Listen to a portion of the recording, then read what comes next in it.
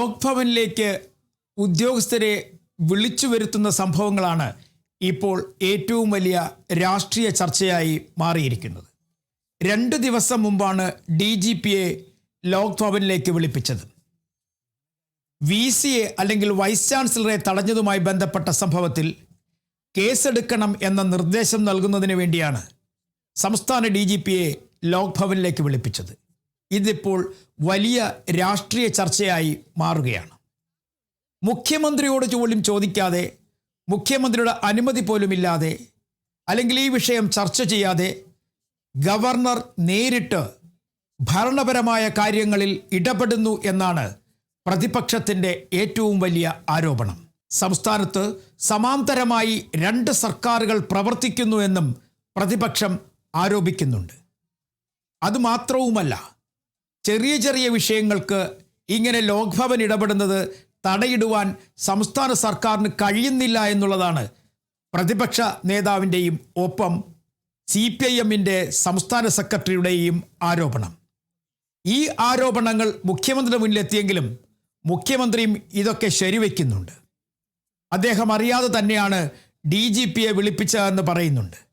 നേരത്തെ മുഖ്യമന്ത്രി VD സതീശൻ പ്രതിപക്ഷ നേതാവായിരുന്ന സമയത്ത് രാജ്ഭവനിലേക്ക് ഉദ്യോഗസ്ഥരെ വിളിക്കുന്നതിനെതിരെ വലിയ തരത്തിൽ ആരോപണങ്ങൾ ഉന്നയിച്ചിരുന്നു. അദ്ദേഹം പ്രതിഷേധം അന്നത്തെ സർക്കാരിനെ അറിയിച്ചിട്ടുണ്ട് എന്നും കഴിഞ്ഞ ദിവസം പറഞ്ഞു. എന്തായാലും ഇപ്പോൾ ഇതൊരു വലിയ രാഷ്ട്രീയ ചർച്ചയായി മാറുകയാണ്. ആർട്ടിക്കിൾ 163 അനുസരിച്ച് ഗവർണർക്ക് ഉദ്യോഗസ്ഥരെ വിളിപ്പിക്കാം. പക്ഷേ അത്തരത്തിൽ ഏതെങ്കിലും വലിയ സംഭവ വികാസങ്ങൾ ഉണ്ടാകണം. ഈ സംഭവ വികാസങ്ങൾ സംസ്ഥാന സർക്കാരുമായി ചർച്ച ചെയ്തതിന് ശേഷം മറ്റെന്തെങ്കിലും കൂടുതലായി പറയണം എന്നുണ്ടെങ്കിൽ മാത്രമാണ് സാധാരണഗതിയിൽ ഉദ്യോഗസ്ഥരെ ലോക് ഭവനിലേക്ക് വിളിപ്പിക്കുന്ന പതിവുള്ളത്. എന്നാൽ അതിൽ നിന്നെല്ലാം വ്യത്യസ്തമായി നേരിട്ട് ഉദ്യോഗസ്ഥരെ ലോക് ഭവനിലേക്ക് വിളിപ്പിച്ചു എന്നുള്ളതാണ് പ്രതിപക്ഷം ഇപ്പോൾ പറയുന്ന പ്രധാന ആരോപണം, അല്ലെങ്കിൽ ഉന്നയിക്കുന്ന പ്രധാന ആരോപണം. ഇത് മുഖ്യമന്ത്രിയും ശരിവെക്കുന്നുണ്ട്. എന്നാൽ ഇത് ഇന്നോ ഇന്നലെയോ തുടങ്ങിയതല്ല. 2017 ഇതുപോലെ തന്നെ ഗവർണർ വിളിപ്പിച്ചിട്ടുണ്ട്. 2024 വിളിപ്പിച്ചിട്ടുണ്ട്. അന്നൊക്കെ അന്നത്തെ മുഖ്യമന്ത്രിക്കെതിരെ ഇപ്പോഴത്തെ മുഖ്യമന്ത്രിയും അന്നത്തെ പ്രതിപക്ഷ നേതാവുമായ VD സതീശനും ആരോപണങ്ങൾ ഉന്നയിച്ചിരുന്നു. നിലവിലെ സാഹചര്യത്തിൽ ഇത്തരത്തിൽ ലോക് ഭവൻ ഭരണപരമായ കാര്യങ്ങളിൽ ഇടപെടുന്നു എന്നുള്ളതാണ് പ്രതിപക്ഷത്തിൻ്റെ ഏറ്റവും വലിയ ആരോപണം. അതിനെ രാഷ്ട്രീയപരമായി നേരിടാൻ തന്നെയാണ് കോൺഗ്രസിൻ്റെ നീക്കവും. മുഖ്യമന്ത്രി അത് വ്യക്തമായി പറയുകയും ചെയ്തിട്ടുണ്ട്.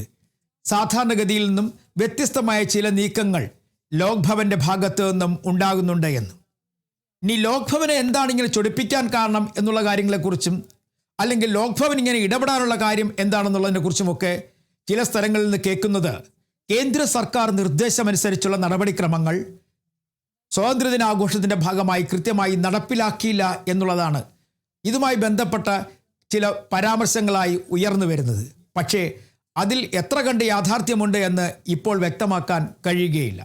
എന്നാൽ തന്നെയും ഈ സർക്കാർ അധികാരത്തിൽ വന്നതിന് ശേഷം 2 പ്രാവശ്യം ഉദ്യോഗസ്ഥരെ ലോക് ഭവനിലേക്ക് വിളിപ്പിച്ചു.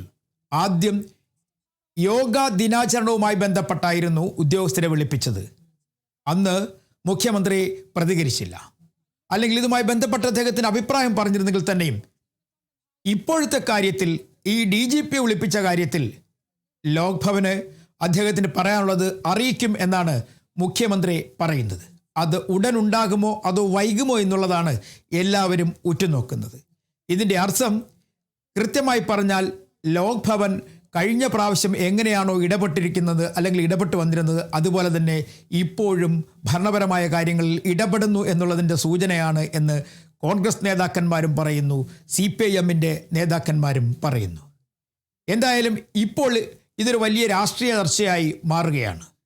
ഭരണപരമായ, അല്ലെങ്കിൽ ഭരണത്തിൽ ഇപ്പോഴും ഗവർണർ ഇടപെടുന്നതിൻ്റെ പിന്നിൽ ഭരണം മുന്നോട്ട് കൊണ്ടുപോകുന്ന കാര്യത്തിലുണ്ടായ വീഴ്ചകളാണ് എന്നാണ് പ്രതിപക്ഷം സമർത്ഥിക്കാൻ, അല്ലെങ്കിൽ പ്രതിപക്ഷം പറഞ്ഞുകൊണ്ടേ ഇരിക്കുന്നത്.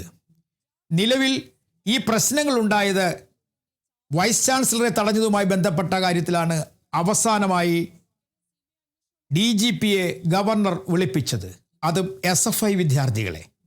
SFI വിദ്യാർത്ഥികൾ വൈസ് ചാൻസലറെ തടഞ്ഞു വെച്ചു എന്നുള്ളതായിരുന്നു പ്രശ്നം. ആ പ്രശ്നത്തിൽ കേസെടുക്കണം എന്ന നിർദ്ദേശം നൽകുന്നതിന് വേണ്ടിയായിരുന്നു ഗവർണർ DGPയെ വിളിപ്പിച്ചത്.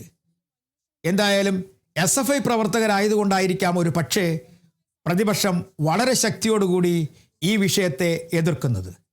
നിലവിലെ സാഹചര്യത്തിൽ ഇത്തരത്തിലെ ഇടപെടലുകൾക്കെതിരെ ഭരണപക്ഷവും പ്രതിപക്ഷവും ഒരുമിച്ച് നീങ്ങുമോ അതോ വേറെ വേറെ പ്രതികരിച്ച് മുന്നോട്ട് പോകുമോ എന്നുള്ളതാണ് എല്ലാവരും ഉറ്റുനോക്കുന്നത്.